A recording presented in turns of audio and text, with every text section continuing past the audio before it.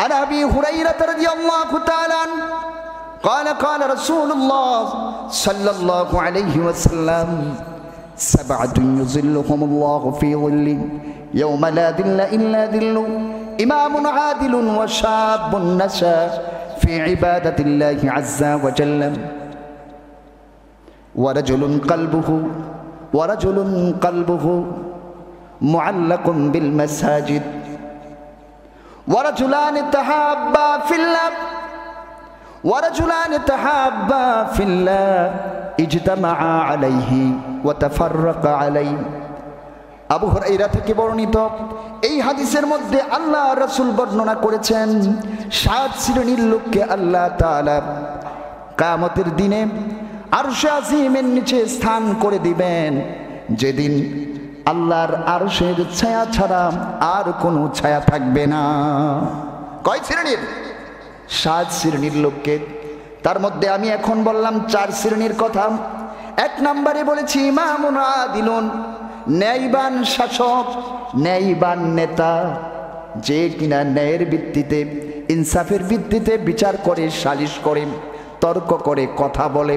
এটা শুধু শাসক হবে না, আপনার ঘরের মধ্যেও আপনি একজন শাসক। কথা বলেন ঠিক কিনা? আপনার ঘরের মধ্যে আপনি একজন শাসক, আপনার সমাজের মধ্যে আপনি একজন লিডার। আপনার ক্ষেত্রেও এই আদেশ, এই হাদিস প্রযোজ্য।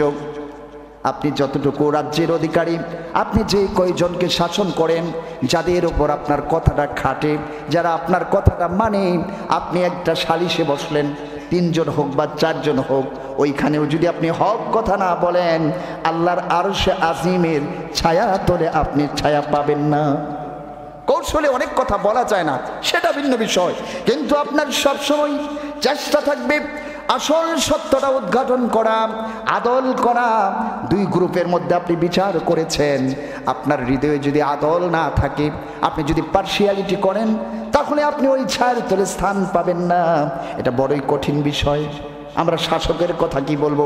আমরা নিজেরাই তো শোষক হয়ে বসে আছি, আমরা নিজেরাই তো আদল করতে পারি না। দুনিয়ার লোভে, স্ট্যাটাসের লোভে, পদের লোভে, টাকার লোভে, আরো কত কি। কথা বলেন ঠিক কিনা? আমরা নিজেরাই তো বিচার করতে পারি না।